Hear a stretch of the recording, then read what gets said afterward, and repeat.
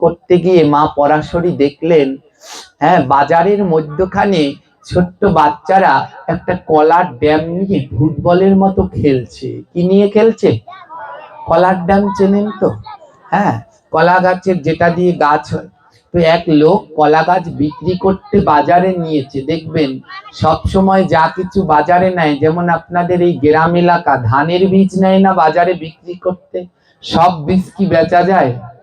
বেচা যায় না। এমন সময় হয় ধানের বীজ বাজারে ফেলে চলে আসতে হয়, কারণ এত কম দাম যে যদি ভাড়া দিয়ে আনে তাহলে তাও উঠবে, তাই বাজারে ফেলে চলে আসে। তো অনেকে তেমনি গাছের চারা নিয়ে যায় যেগুলো ভালো না, বেচতে পারছে না, ও আর বয়ে বাড়ি আনে না।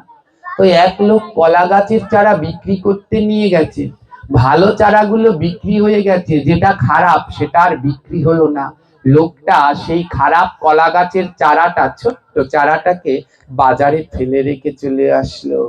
আর ছোট্ট ছোট্ট বাচ্চারা সেই চারাটাকে নিয়ে ফুটবলের মতো লাত্তালাত্তি করছে, এর কাছে মারছে, ওর কাছে মারছে, ওর কাছে মারছে। মহাজন বললেন, এই কলা গাছের চারাটা না অন্য কেউ নয়, এই কলা গাছের চারাটা আপনি, আমি, আমরা সবাই। আপনি, আমি, আমরা সবাই যতদিন আমাদের দাম আছে এই সংসার নামক বাজারে চলবো। যেই দিন আর দাম থাকবে না, সেদিন আমরা ওই বাজারে পড়ে রইব। আর কি করবে জানেন? ওই বাচ্চারা যে ফুটবলের মতো লাত্তালাত্তি খেলছে, এটা কি বোঝেন? এক মায়ের 4 ছেলে থাকে না, মা যখন বৃদ্ধ হয়ে যায় তখন কি করে? ওই মাকে ভাগ করা হয়।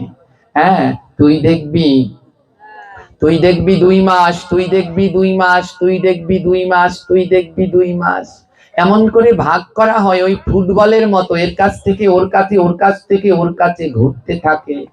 আর যখন ওই ভাগ করার পরে 2-1 মাস যখন বাদ পড়ে, বড় ছেলে ছোটকে বলে, তুই এই 2 মাস রাখ। বলে, না, আমার ভাগে যা পড়েছে তাই রেখেছি। আরেকজন বলবে, তুই রাখ। বলে, না না, সম্ভব নয়। দেখুন, এই হলো আমাদের সংসারের নিয়ম। বলুন হে সন্তানগণ, আপনারা বলুন, যারা মাকে নিয়ে, বাবাকে নিয়ে এমন ভাগাভাগি করেন, আপনারা কি মানুষ?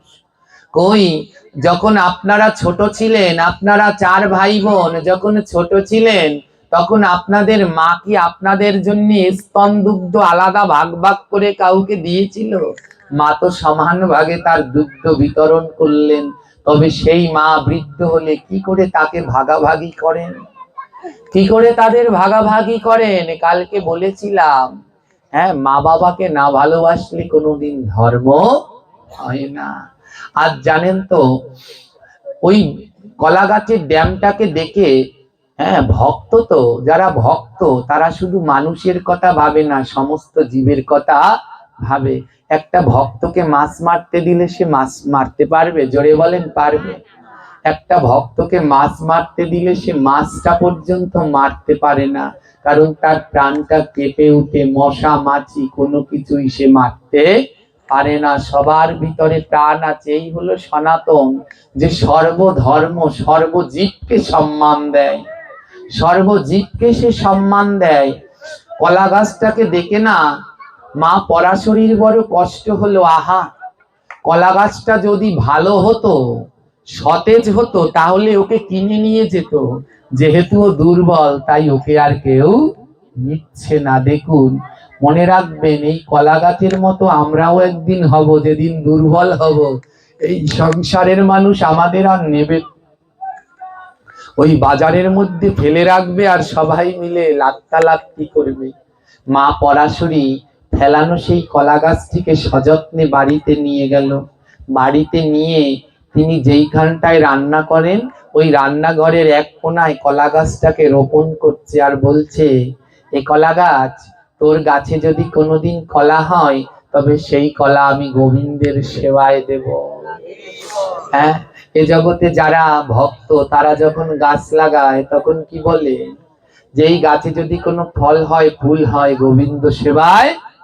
আর যারা অভক্ত তারা বলে, আম গাছটা লাগানোর সময় ভক্তরা বলে, আম হলে গোবিন্দ সেবায় দেব। আর যারা অভক্ত তারা বলে, আম হইলে বেয়াই বাড়ি আগে পাঠাবো। হ্যাঁ, তো এই হলো ভক্ত অভক্তের মধ্যে পার্থক্য। বলে, এ গাছে যদি কলা হয় তাহলে আমি গোবিন্দের সেবায় দেব। কলা গাছের প্রতিও তার দয়া, একটা গাছের প্রতিও ভক্তদের দয়া, তারা কোনো সময় কোনো জীবকে অযথা হত্যা করে না। জানেন, গাছটাকে লাগিয়ে ওই গাছটার উপরে তার বড় মায়া। প্রতিদিন মা পরাশরী বলে, গাছ রে, তুই তো কৃষ্ণ নাম করতে পারিস না, তবে তুই কি করে উদ্ধার হবি? ওই গাছের পাশে, গাছের তলায় বসে বসে মা পরাশরী কৃষ্ণ নাম করে, জানি। আর যখন কৃষ্ণ নাম করে, দুটি নয়ন থেকে, মা পরাশরীর নয়ন থেকে জল ঝরে। এর জন্য বলছেন, যার নয়নে কৃষ্ণ প্রেমের বাড়ি, সেই তো মাতা। যখন ওই কৃষ্ণ নাম করে, কলা গাছের গোড়ায় বসে নয়ন থেকে জল ঝরে। এমন জল ঝরে না, ওই গাছে আর জল দেয়া লাগে না। মায়ের, পরাশরী মায়ের নয়নের জলে গাছটা বেড়ে উঠছে। আর মহাজন বলে, যেই বাড়িতে ভক্ত আছে সেই বাড়ির গাছগুলো ভাগ্যবান। আজ এই বাড়ির গাছগুলো ভাগ্যবান, এরা এ জন্মে উদ্ধার হয়ে যাবে। যেই বাড়িতে ভক্ত আছে, সকাল সন্ধ্যা আরতি কীর্তন হয়, এ বাড়ির গাছগুলো উদ্ধার হয়ে যাবে, এদের আর জন্ম নিতে হবে না, এরা বড় ভাগ্যবান। তাই ঠাকুর মহাশয় বলছে, প্রভু, যেই জন্ম পেয়ে তোমার নাম করি না, তোমার প্রসাদ পাই না, তোমার মালা জপ করি না, তুলসীর মালা পড়ি না, তার থেকে আমায় কুকুরের জন্ম দিও। হ্যাঁ, কুকুরের জন্ম দিও। মা ঠাকুর মহাশয় বললেন, বৈষ্ণব আরে যদি হইতাম কুকুর, এটো দিয়া তরাইতাম বৈষ্ণব ঠাকুর। নরোত্তম ঠাকুর মহাশয় বললেন, এই মানব জন্মের থেকে কুকুর হওয়া ভালো, তবে হে গোবিন্দ, সব বাড়ির কুকুর নয়, আমি যেন বৈষ্ণবের বাড়ির কুকুর হই। বলে, বৈষ্ণবের বাড়ির কুকুর হলে লাভ কি? ঠাকুর মহাশয় বললেন, তিনটা লাভ। কি লাভ? বলে, এই জন্ম পেয়ে গোবিন্দের প্রসাদ খেলাম না, অকাদ্য কুকাদ্য খেয়েছি। বৈষ্ণবের বাড়িতে কুকুর হলে প্রতিদিন ভগবানের প্রসাদ পাবো। এই প্রথম লাভ। বলে, দ্বিতীয় লাভ, বলে, জন্ম পেয়ে আমি কৃষ্ণ নাম করলাম না, বৈষ্ণবের বাড়িতে জন্ম পেয়ে আমি কৃষ্ণ নাম করলাম না, শুনলাম না, বৈষ্ণবের বাড়িতে যদি কুকুর হই, সকাল সন্ধ্যা তাদের মুখে হরিনাম শ্রবণ করব।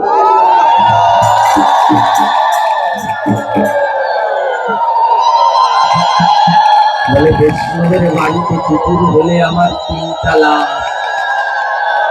এই গেল দুইটা। আর একটা লাভ আছে জানো?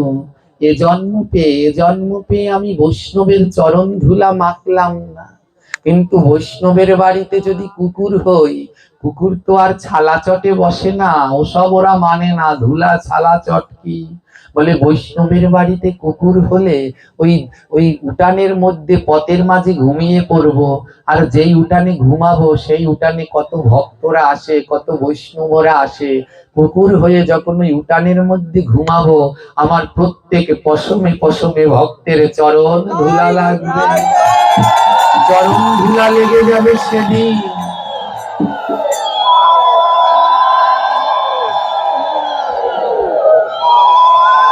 তাই জানেন, পরাশরীর মায়ের বাড়িতে পরাশরী মা যে কলা গাছটা রোপণ করেছেন, ওরা যে বড় ভাগ্য ভালো। মা পরাশরী ওকে নাম করে শোনায়, নয়নের জলেই ওর জল দেয়া হয়ে যায়। কি বলেছে কথাটা মনে আছে? যদি এই গাছে কলা হয়, তবে কার সেবায় দেবে? জানেন, অনেক দিন কেটে গেল, এই আলোচনা বড় দীর্ঘ, আমরা অল্প সময় শেষ করব। কাল একাদশী ব্রত আছে, আপনারা তাড়াতাড়ি প্রসাদ পাবেন, বাড়িতে গৃহে যাবেন। তো দেখতে দেখতে গাছটা বড় হয়ে গেছে, তাতে মোচা এসেছে, ফুল এসেছে, কিছুদিনের মধ্যে একচোরা কলা হলো। কলাটা পরিপক্ক হলো, এবার গাছের ভিতরে না কলাগুলো পেকে গেছে, গাছেই পেকে হলুদ হয়ে গেছে। যেই পেকে গেছে, মা পরাশরী বিদুরকে বলছে, স্বামী যাও, গোবিন্দকে গিয়ে নিমন্ত্রণ করো, আমার গাছের কলা পেকেছে, কাল আমি গোবিন্দকে কলা সেবা করাবো, যাও। বিদুর বলছে, ও পরাশরী, দুপুর বেলায় আমার গোবিন্দ আসবে, শুধু কলা সেবা করে পাঠিয়ে দেবে?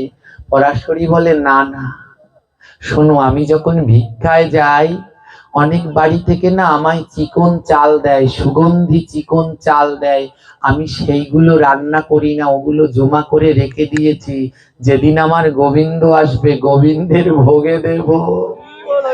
এ জগতে যারা ভক্ত, তারা ভালোটা নিজেরা খায় না, তারা গোবিন্দের ভোগে দেয়। ওমা, আমরা যখন এই নগর সংকীর্তন করতে যাই না, কতজনকে দেখি জানেন, ঘরের সেই সুগন্ধি চাল, পোলার চালটা, বলে এটা নিয়ে যান, নিজেরা যেটা খায় ওটা দেয় না ভক্তরা, বলে এটা নিয়ে যান, নিয়ে গোবিন্দের ভোগে দেবেন। আমরা তো পারলাম না, আপনারা নিয়ে দেন, যেন একদিন হলেও আমাদের এই অন্ন গোবিন্দের সেবায় লাগে। মা পরাশরী ভিক্ষা করে যে সুগন্ধি চালগুলো পায়, জমা করে রেখে দেয়, বলে, স্বামী চিন্তা করো না, কাল আমি সেই জমানো চালগুলো রান্না করব। বিদুর বলছে, শুধু ওতে কি হবে গোবিন্দ সেবা? পরাশরী বলছে, জানো জানো স্বামী, আমার গোবিন্দের সেবায় বড় কোনো ঝামেলা নাই। এ জগতে অন্য অন্য ঠাকুরের অন্য অন্য কিছু পছন্দ, কিন্তু আমার ঠাকুর তো কাঙাল, তাই আমার ঠাকুরের পছন্দ হলো থোর, আমার ঠাকুরের পছন্দ হলো মোচা, আমার ঠাকুরের পছন্দ হলো তেলাকুচের পাতা, আমার ঠাকুরের পছন্দ হলো এলেঞ্চা মালেঞ্চার শাক, আমার ঠাকুরের পছন্দ হলো থানকুনি পাতা, আমার ঠাকুর চাটনি পছন্দ করে, তাও আবার তেঁতুলের নয়, তেঁতুলের পাতা, তেঁতুল পাতার টক, যা কিনতে বাজারে যাওয়া লাগবে না। এবারও কাঙালের ঠাকুর, চিন্তা করো না। মা পরাশরী কি করলেন জানেন? পরের দিনকে সকাল সকাল সমস্ত শাক পাতা, মোচা, কচু শাক, দেখুন গোবিন্দ যা যা পছন্দ করে, এই কচু শাক, থোর, মোচা, যারা আমরা গ্রামে বাস করি হয়ে রয়েছে, সেইগুলো প্রভু পছন্দ করে, বলে এগুলো আমায় দাও। আমার মহাপ্রভু শ্রীধরের কাছ থেকে থোর আর মোচা চুরি করে খেতেন, হ্যাঁ, এত পছন্দ করতেন, কাঁচা কাঁচা খেয়ে নিতেন, এত তার ভক্তের প্রতি ভালোবাসা, যেগুলো অন্য ঠাকুর গ্রহণ করেন না। আমার সকাল সকাল মা পরাশরী থোর, মোচা, শাক পাতা তুলে রান্না বসিয়েছেন। পাকা কলাগুলো, যেইগুলো ভালো, উপরের দিকের কলাগুলো ভালো হয়, আর ছড়ার নিচের দিকের কলাগুলো কেমন ছোট ছোট হয় না, ওই ছোট ছোট কলাগুলো সরিয়ে রেখেছেন, বলে এ দেয়া যাবে না, গোবিন্দকে ভালোটা দিতে হবে। ভালো ভালো কলাগুলো সুন্দর করে থালায় সাজিয়েছে, হ্যাঁ, সুগন্ধি চালের অন্ন, শাক শুক্তা, মোচা ব্যঞ্জন রান্না করে সারি সারি সাজিয়েছে। আর স্বামীকে বলছে, স্বামী তুমি এখনো যাও না, তাড়াতাড়ি যাও, তাড়াতাড়ি গিয়ে আমার প্রাণ গোবিন্দকে নিমন্ত্রণ করো, আমার সন্তানকে নিমন্ত্রণ করো। মা পরাশরী, কৃষ্ণ ছিলেন সম্পর্কে তার পিসি, পরাশরীর কোনো সন্তান ছিলেন না, গোবিন্দকেই সন্তান ভাবতেন। তাই এ জগতে কতজন বলেন, বাবা আমার একটা ছেলে লাগবে, কেউ বলেন মেয়ে লাগবে, ওটা করবেন না, বলেন আমার গোবিন্দ রূপে একটা সন্তান লাগবে।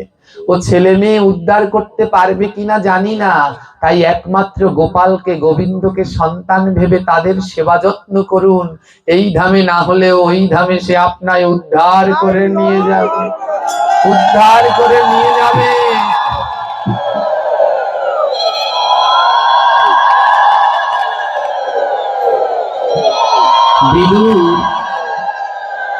বিদুরের পরনে সেই ছেঁড়া ধুতি, শত তালি দেয়া ধুতিটা, গায়ে একটা উত্তরী জড়িয়ে আজ রওনা দিয়েছেন গোবিন্দকে নিমন্ত্রণ করতে। মামা শকুনি এসে দুর্যোধনকে বলছে, দুর্যোধন দেখ দেখ, বিদুর যাচ্ছে কৃষ্ণকে নিমন্ত্রণ করতে, ওই কৃষ্ণ বড় পেটু, ও অন্য কিছুতে খুশি হয় না, খাওয়ালে বড় খুশি হয়। শকুনি বলছে, ওকে খাওয়ালে বড় খুশি হয়, ছানা মাখন দিলে আর কথা নেই, তার বাড়িতে লেগে থাকে।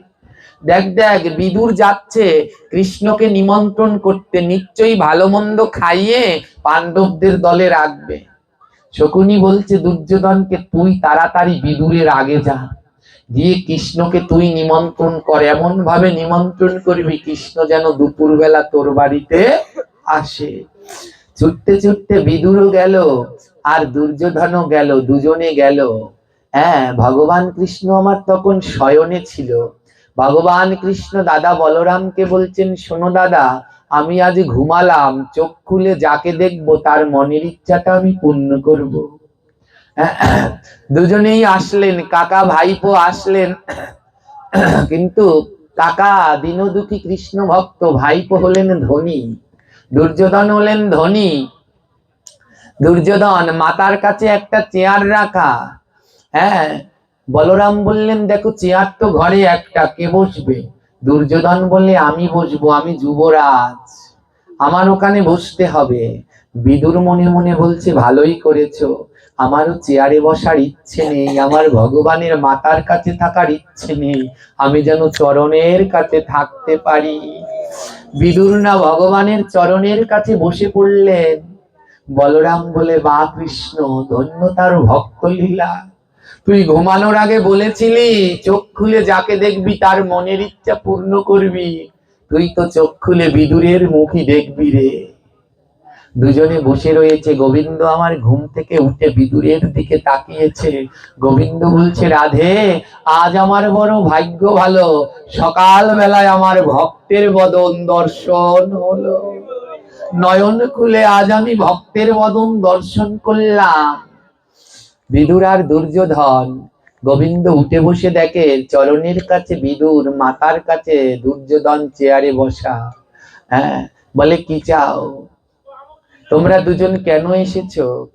বিদুর, দুর্যোধন বলছে, শোনো ও কৃষ্ণ। দুর্যোধন বলছে, আমি তো যুবরাজ, তাই আমি আগে বলবো। বলে, বলো কি চাও? বলে, শোনো, আজ মধ্যাহ্নকালে তোমার আমার গৃহে, দুর্যোধন বলছে, আজ মধ্যাহ্নকালে আমার রাজপ্রসাদে তোমার সেবার আয়োজন করেছি। শোনো কৃষ্ণ, আজ তোমার জন্যে 56 ব্যঞ্জনের আয়োজন হয়েছে, সোনার থালা সোনার গেলাসে আজ তোমায় আমি খেতে দেব। শোনো, তুমি তো গোয়ালার ছেলে ছিলে। ভগবানকে দুর্যোধন বলছে, তুমি তো গোয়ালার ছেলে ছিলে, রাজৈশ্বর্য দেখোনি, আজ তোমাকে এমন খাবার খেতে দেব তুমি কল্পনাও করতে পারবে না। তোমাকে সোনার থালায় সোনার গেলাসে সোনার বাটিতে আজ তোমায় খেতে দেব। আজ দুপুর বেলায় মধ্যাহ্নকালে এই ধনীর গৃহে তোমার নিমন্ত্রণ। দুর্যোধন বললেন, এই ধনীর গৃহে তোমার নিমন্ত্রণ। বললো, বেশ। মহাজন এক পাশে দাঁড়িয়ে থেকে বলছেন, মূর্খ দুর্যোধন, নিজেকে সোনার গৌরবের অহংকার দেখাচ্ছি, সে জগতে সব সোনার মালিক হলো আমার কৃষ্ণ সোনা, সমস্ত সোনার মালিক হলো আমার কৃষ্ণ সোনার, তাকে দেখাচ্ছি সোনার সোনার গৌরব। বিদুরকে জিজ্ঞেস করলেন, বিদুর, তুমি এসেছো কেন? বিদুর বলছে, হে গোবিন্দ, আমার মতো কাঙাল জগতে আর কেউ নাই, আমার ঘর বাড়ি কিচ্ছু নাই, তোমার দেওয়া একটা কুঠি ঘরে আমি কোন রকমে থাকি। দেখুন কি ভক্তি, বলছে, তোমার দেয়া ভাঙা কুটিরে আমি থাকি, সেই ভাঙা কুটিরে এই কাঙাল গরিব মধ্যাহ্নকালে তোমার জন্য দুটো শাক শুদ্ধ সিদ্ধ সুকারুকার আয়োজন করেছে, দেবে দেবে কৃষ্ণ, চরণ ধুলি দেবে। বিদুরের ভক্তি দেখে গোবিন্দ বলল, শোনো বিদুর, আমি না গরিবের বাড়ি যাই না, ধনী না হলে আমি গরিবের বাড়ি যাই না, এ জগতে যে ধনী আমি তার বাড়িতে যাই। এ কথা শুনে দুর্যোধনের বড় আনন্দ, তার মানে কৃষ্ণ আমার বাড়িতে যাবে। দুর্যোধন বলল, কৃষ্ণ, আমি বুঝতে পেরেছি তুমি আজ দুপুর বেলায় আমার বাড়িতে যাবে, তবে আমি যাই, তুমি দুপুর বেলায় কিন্তু চলে আসবে, আজ তোমাকে এমন খাওন খাওয়াবো না যা জীবনেও তুমি খাওনি। দুর্যোধন চলে গেলেন, বিদুর কাঁদছে। গোবিন্দ বলছে, কেঁদো না বিদুর, আমি গরিবের বাড়িতে যাই না, ধনী না হলে আমি তার বাড়িতে যাই না। বিদুর মনে বড় কষ্ট পেল, আহা, আমি গরিব দেখে তুমি আমার বাড়িতে যাবে না, কিন্তু জানো কৃষ্ণ, এই কথা গিয়ে যদি আমি তোমার পিসি পরাশরীকে বলি কৃষ্ণ আসবে না, হয়তো আজ ওখানেই প্রাণে মরে যাবে। কারণ ও যে তোমায় ছাড়া কিচ্ছু বোঝে না, ও তো ওখানে প্রাণে মরে যাবে। কৃষ্ণ বলে দেখো কোনো কাজ হবে না, আমি গরিবের বাড়িতে যাই না। বলে বেশ, যেতে হবে না, তুমি ধনির বাড়িতেই যেও। তবে হে কৃষ্ণ, ওমা বিদুর বুঝতে পারলেন না আমার গোবিন্দ কি কথা মিথ্যে বলেছে না সত্য বলেছে। হ্যাঁ, গোবিন্দ বলেছে আমি গরিবের বাড়িতে যাই না, ধনির বাড়িতে যাই। তবে কোন ধনী? যার টাকা পয়সা আছে সে ধনী নয়, যার কৃষ্ণ নামক ধন আছে হলো সে হয়ে জগতে সে হলো ধনী। আর এ জগতে যার টাকা পয়সা আছে কিন্তু কৃষ্ণ ভালোবাসে না, বলে ওর থেকে গরিব আর জগতে একটাও। আমার গোবিন্দ এই কথা বলেছেন, কিন্তু বিদুর বুঝতে পারলেন না। বিদুর বলল বেশ, তুমি যখন এই গরিবের বাড়িতে যাবে না, গায়ের উত্তরীটা মাটিতে লেচে দিল। গায়ের উত্তরীটা মাটিতে দিয়ে বলল গোবিন্দ, তুমি যখন আমার গৃহে যাবে না, তাহলে উত্তরীটার উপরে একটু পা দাও, তোমার চরণ দুটো এই উত্তরীটার উপরে একটু রাখো। বললে কেন? বলে রাখো না। ভগবান উত্তরীটার উপরে তার চরণ দুটো রাখলো, আর যখন চরণ দুটো রাখলো না, ওই উত্তরীর উপরে ভগবানের চরণ ধুলা পড়লো। আর বিদুর ভগবানের সেই চরণ ধুলাটা উত্তরীতে পেঁচিয়ে আজ রওনা দিয়েছে বাড়ির উদ্দেশ্যে। পরাশরী মা আমার রান্না করে সব প্রস্তুত করে রেখেছে, কখন কৃষ্ণ আসবে, কখন কৃষ্ণ আসবে সব প্রস্তুত। বিদুর এসেছে, পরাশরী মা ছুটে গেছে, স্বামী আমার কৃষ্ণ আসেনি, কৃষ্ণ কোথায়, কৃষ্ণ কোথায়? বিদুর বলছে শোনো পরাশরী, কৃষ্ণ বলে দিয়েছে সে গরিবের বাড়িতে আসবে না। আমরা তো গরিব, তাই কৃষ্ণ আসবে না। পরাশরী মা আমার ভেঙে পড়েছে, কি বললে? আমার কৃষ্ণ আসবে না? কত স্বাদ করে ওর জন্য পাকা কলা রান্না করলাম, থোর মোচা, আমার কৃষ্ণ আসবে না? বিদুর বলল শোনো, কৃষ্ণ আসেনি তাতে কি, কৃষ্ণের থেকে আমি বড় জিনিস সঙ্গে করে নিয়ে এসেছি। বলে কৃষ্ণ আসেনি তাতে কি, কৃষ্ণের থেকে যেটা বড় সেটা আমি নিয়ে এসেছি। পরাশরী বলে কি এনেছো স্বামী? বিদুর কি করলেন, উত্তরীটা খুলে পরাশরীর সামনে দিলেন, দেখো কৃষ্ণ কৃষ্ণ আসেনি তাতে কি হয়েছে, আমি কৃষ্ণের ধুলা এনেছি গো।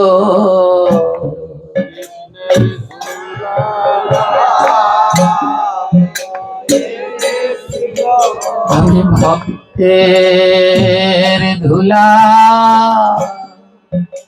এনেছি গো, ভক্তের ধুলা। বলে এমন ধুলা কোথায় পাবে,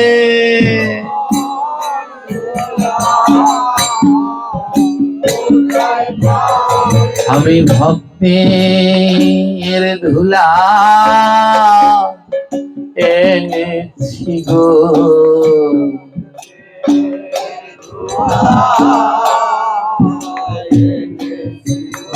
তোমরা মাখো মাখো অঙ্গে মাখো,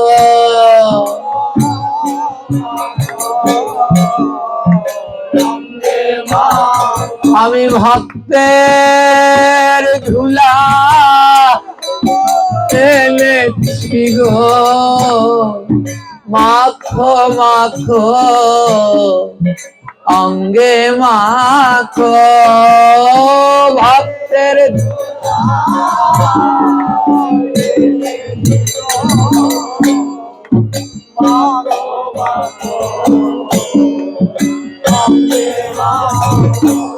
অঙ্গে মাখোয়া সঙ্গে রাখো,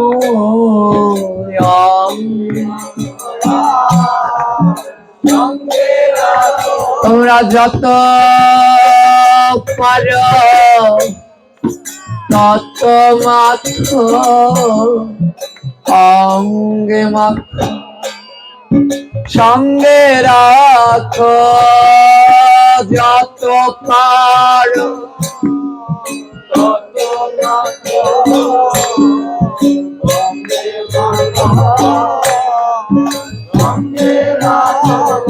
আর মা পরাশী উত্তরী থেকে সেই কৃষ্ণের ধুলা নিয়ে মাখছে। পরাশরী বলছে, বেশ করেছো প্রভু, বেশ করেছো। ও না আসে তাতে কি, ওর তো অনেক কাজ। ভগবানের দোষ দেখলেন না। আর আমরা যদি কিছু ক্ষতি হয়, আগে ভগবানের দোষ দেখি। ঠাকুর তোমায় এত ডাকলাম, আমার সাথে এটা করতে পারলে? আমার গোবিন্দের দোষ দেখতে যেও না। এ জগতে দোষে দোষে আমাদের জীবনই তো ভরা। পরাশরী মায়া মা গোবিন্দের সেই চরণ ধুলায় অঙ্গে মাখছে। আর স্বামী বিদুরকে বলছে, স্বামী, 7 করে কলা লাগিয়েছিলাম, তরমুচা রান্না করেছি, ওগুলো যখন গোবিন্দ সেবায় লাগলো না, তুমি একটা কাজ করো, ওগুলো গঙ্গার জলে ভাসিয়ে দাও। শুনেছি গঙ্গায় নাকি গোবিন্দ বলে কিছু ভাসালে তা নাকি মা গঙ্গা পায়। গঙ্গায় যখন কোনো ফল ফুল দিতে হয়, কি বলে ভাসাতে হয়? গোবিন্দায় নমঃ বলে। তাহলে মা গঙ্গা সেটা গোবিন্দের কাছে নিয়ে যায়। কারণ গঙ্গা তো গোবিন্দের চরণ বেয়ে ঝরছে। দেখেন নজরুল তার গান লিখেছে, ও চরণ বেয়ে গঙ্গা ঝরে। হ্যাঁ, তো ওই চরণে বলে ফুল ফুল যদি গোবিন্দায় নম বলে গঙ্গায় ভাসিয়ে দেয়, তা নাকি গোবিন্দের চরণে যায়। মা পরাশরী বলে, স্বামী, আমি বড় কষ্ট করে রান্না করেছি তো, আর আমার এই সাধের কলাগুলো তুমি গঙ্গায় ভাসাবে। আর যখন গঙ্গায় ভাসাবে, তুমি মুখে কি বলবে জানো? গোবিন্দায় নমো নমো, ও গোবিন্দ।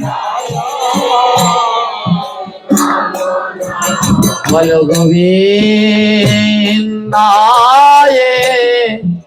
নমো নমো।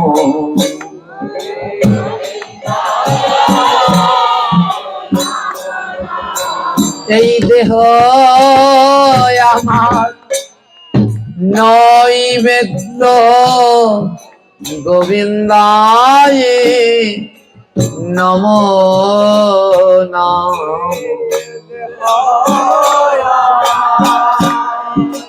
নৈবেদ্য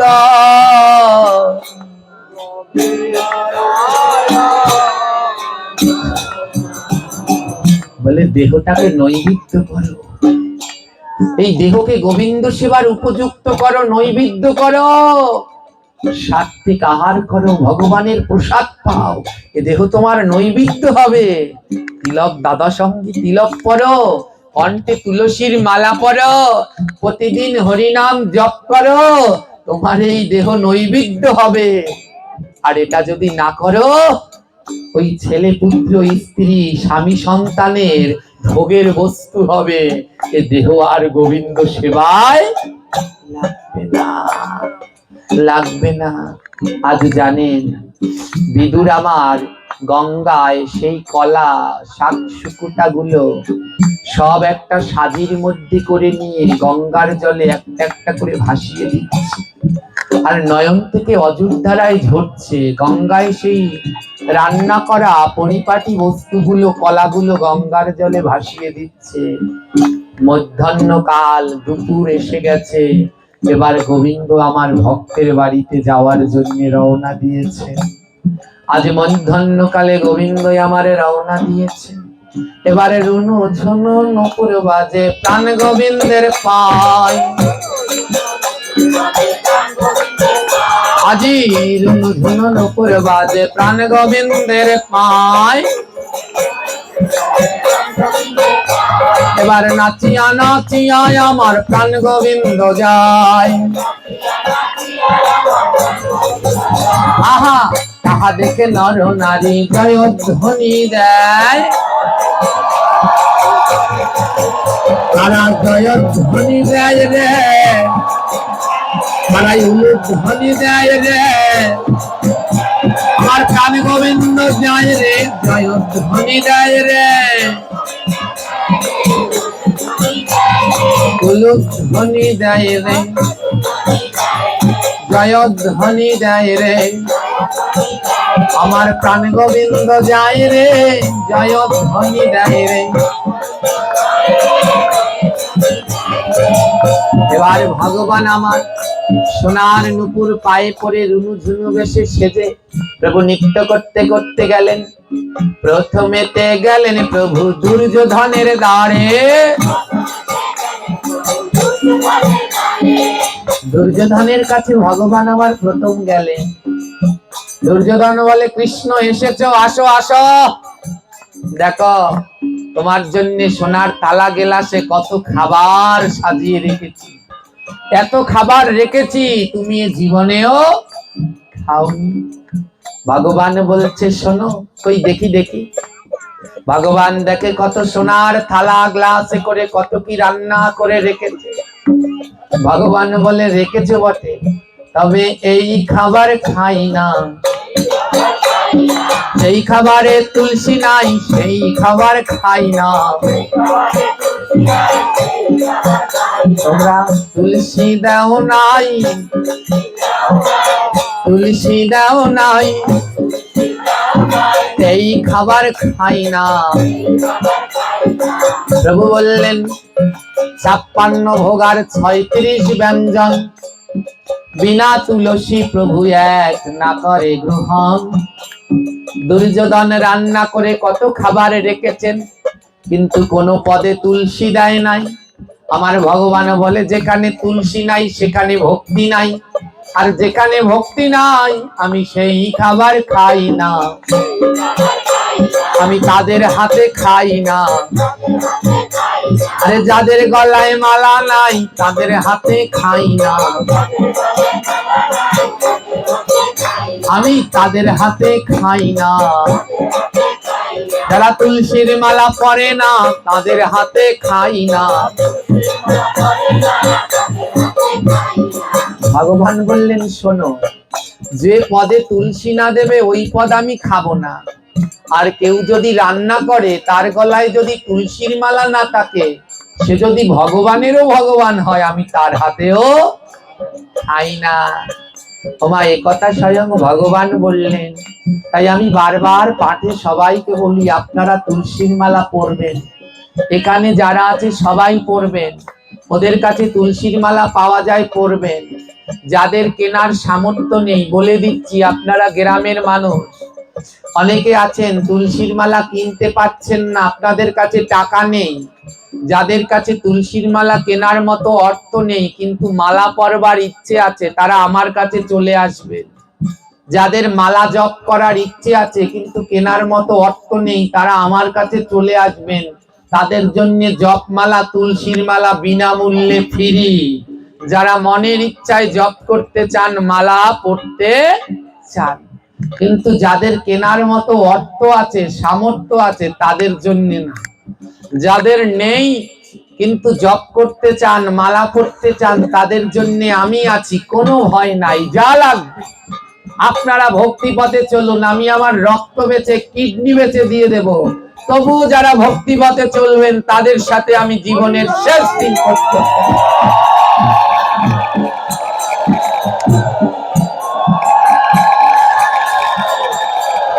যাইনি তাই আজ ভগবান আমার বললেন, দুর্যোধন, তোমারও খাবার আমি খাই না। বলে, কেন? বলে, যে রান্না করেছে তার গলায় মালা নাই, আবার সাজিয়ে রেখেছে সোনার বাটি, কিন্তু তাতে তুলসী পাতা দেও নাই। তাই বলে, ওই খাবার খাই না। যেই পাতায় তুলসী নাই ওই খাবার খাই না। হ্যাঁ, ভগবানকে সবাই দেখলেন দাঁড়িয়ে, মুহূর্তের মধ্যে দেখলেন ভগবান ওখানে আর নাই। বলে, যেখানে আমার তুলসী বিন্দাজি নাই সেখানে আমি থাকি না। ওমা, এই ভাগবত পাঠ যদি বিন্দাজির টপ না থাকে হবে কি? জোরে বলবেন। ব্যাসাসনের সামনে বলে যেখানে তুলসী নাই সেখানে ভগবান থাকে না।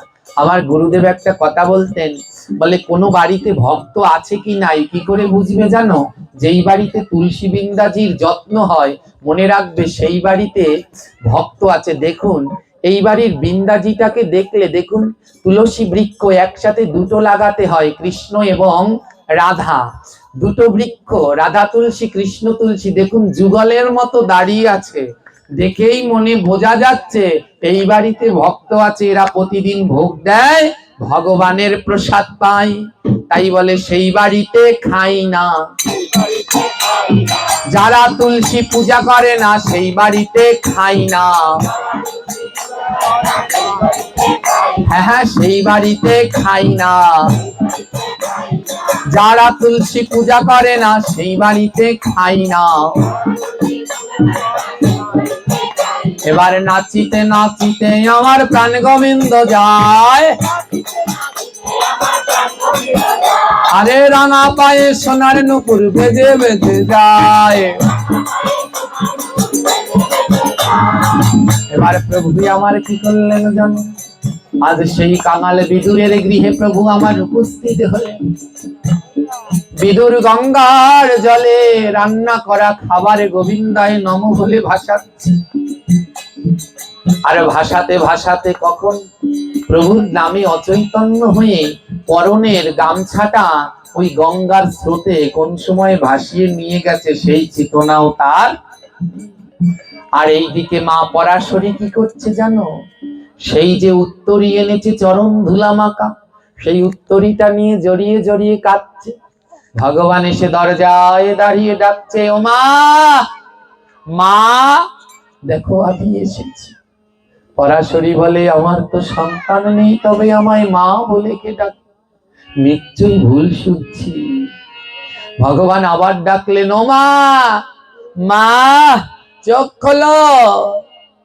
পরাশরী বলছে, চোখটা খুললেন, খুলে দেখে গোবিন্দ দাঁড়িয়ে আছে।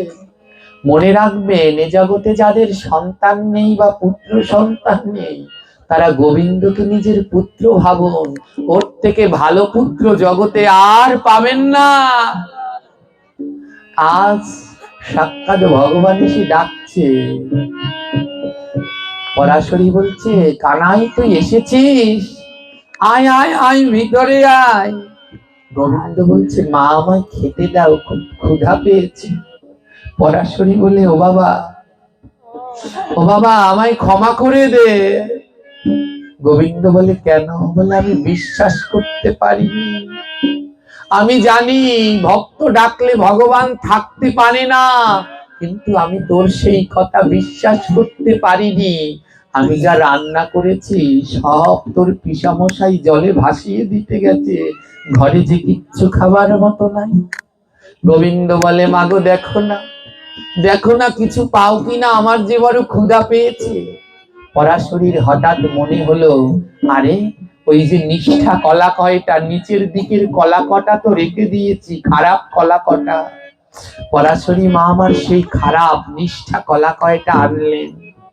বলে, দেখ বাবা, এই নিষ্ঠা কলা ছাড়া আর কিছু নেই। ভগবান বলে, দেও না মা, ভক্ত ভক্তি ভরে দিলেই আমি খাই। পরাশরী মা বলছে, শোন ওখানাই, আমার একটা ইচ্ছা পূর্ণ করবি। বলে, কি ইচ্ছা? বলে, মা যশোদা তোকে যেমন কোলে করে বসিয়ে খাওয়াতো, আজ আমার একটু কোলে বসবি, আমি তোকে কোলে বসিয়ে খাওয়াবো। ভগবান আমার ভক্তের ইচ্ছা পূর্ণ করতে ভক্তের কোলে বসে পড়লেন। আর সেই ভক্তের ভক্তিতে, ভগবানের ভক্তিতে আজ মা পরাশরী কি করলেন জানেন? গোবিন্দকে পেয়ে তার আর কোনো আনন্দের সীমা নাই। আনন্দে সে অচৈতন্য, কোলের উপরে যার জগতের গোবিন্দ বসে আছে তার এ জগতে আর কোনো ভাবনা থাকে? গোবিন্দ তো তার কোলের উপরে। তাই মা পরাশরী প্রেমে পাগল হয়ে কি করলেন জানেন? ওই কলাগুলো ছাড়িয়ে ছাড়িয়ে কলাটাকে ফেলে দিয়ে কলার খোসাটা গোবিন্দের মুখে দিচ্ছে। তিনি প্রেমানন্দে এমন উন্মাদ হয়েছেন, কলা ছাড়িয়ে কলাটাকে ফেলে দিয়ে কলার খোসা ভগবানের মুখে দিচ্ছেন। আর ভগবানও আমার ভক্তের ভক্তিতে বাধা। কলার খোসা সেই গরু ছাগলে খায়, আজ ভক্ত যখন ভক্তের ভগবানের মুখে কলার খোসা তুলে দেয়, ভক্তের ভক্তি মিশ্রিত সেই কলার খোসা আমার প্রাণ গোবিন্দ আনন্দে খায়। প্রাণ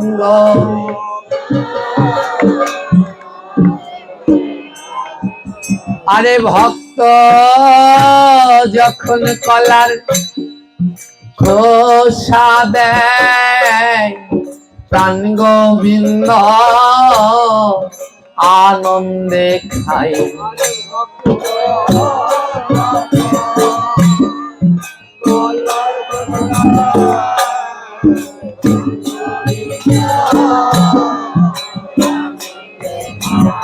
গোবিন্দ বললেন, দেখো দুর্যোধন, আমি সোনার বাটিতে দামি দামি খাবারের পাগল নই, আমি হলাম ভক্তির পাগল। ভক্তি ভরে কেউ যদি আমায় কলার খোসাও খেতে দেয়, আমি ভক্তের ভক্তিতে কলার খোসাও খাই। এইদিকে কি হয়েছে জানি, একটা ছেলে গিয়ে বিদুরকে বলছে, বিদুর তোমার বাড়িতে কৃষ্ণ এসেছে। যেই না বলেছে কৃষ্ণ এসেছে, বিদুর নিচের দিকে একবার তাকালেন না, তার পরনের বস্ত্রটা গঙ্গায় ভেসে গেছে। 60 ঊর্ধ্ব বিদুর উলঙ্গ অবস্থায় রাস্তা দিয়ে দৌড়াচ্ছে, সবাই দিকে হাসছে, ও কি পাগল হয়ে গেছে। দৌড়াতে দৌড়াতে গিয়ে বিদুর গৃহের মধ্যে দাঁড়িয়ে আছে। বিদুর দেখে কি জানো, পরাশরীর কোলে গোবিন্দ, আর পরাশরী কলা ফেলে খোসা খাওয়াচ্ছে। বিদুর বলে, ওগো পরাশরী, তুমি কি কৃষ্ণকে পেয়ে পাগল হয়ে গেলে? কলা ফেলে কলার খোসা খাওয়াচ্ছ। পরাশরী বলে, স্বামী আমি তো পাগল হয়েছি কৃষ্ণকে পেয়ে, কিন্তু তুমি কৃষ্ণ নাম শুনে দেখো উন্মাদ হয়েছ। আমি তো দেখে পাগল হয়েছি, আর তুমি গঙ্গার ঘাটে শুনে উন্মাদ হয়েছ। উন্মাদ না হলে কি পরনের বস্ত্র ফেলে কেউ এমন করে চলে আসে? আজ এই দুই ভক্তকে পেয়ে ভগবান আমার বললেন, তোমরা দুজনে একটু দাঁড়াও, আমি তোমাদের একটা প্রণাম করি।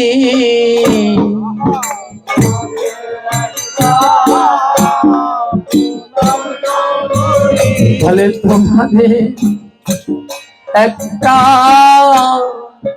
প্রণাম করি।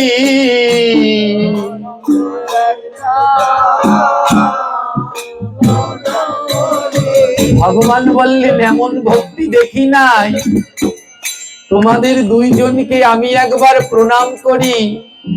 পরাশরী আর বিদুর বললেন, নারে কানাই, তুই যে ভগবান, তুই যদি আমাদের প্রণাম করিস আমরা যে নরকে যাব। ভগবান বললেন, প্রণাম করতে দেবেন না, তবে ও ভক্ত আসো একবার পরশ করি, আসো একবার। বলে আয় ভক্ত পরশ করি, আয় ভক্ত। এই ভক্তের হৃদয়ে প্রেমের ডুরি, আয় ভক্ত পরশ করি, ভক্তের হৃদয়ে প্রেমের ডুরি।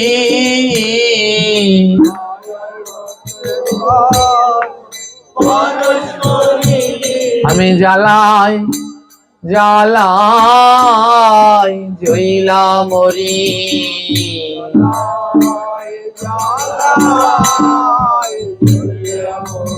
আমি জ্বালাই জ্বালাই জ্বলা মরি।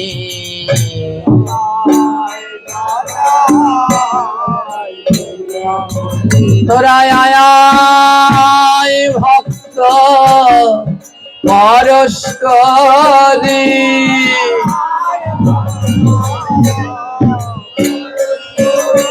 আমার নয়ন আছে ঝরে না বাড়ি,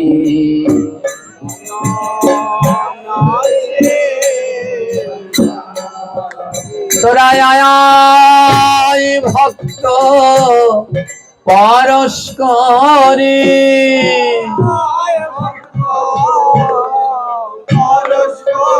আমার নয়ন আছে ঝরে না বাড়ি, নয়ন আছে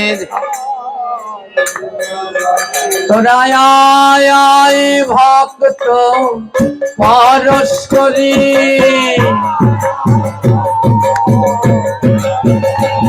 একবার নিতাই গৌর হরি বলি, আয় আয় ভক্ত পরস্পরে।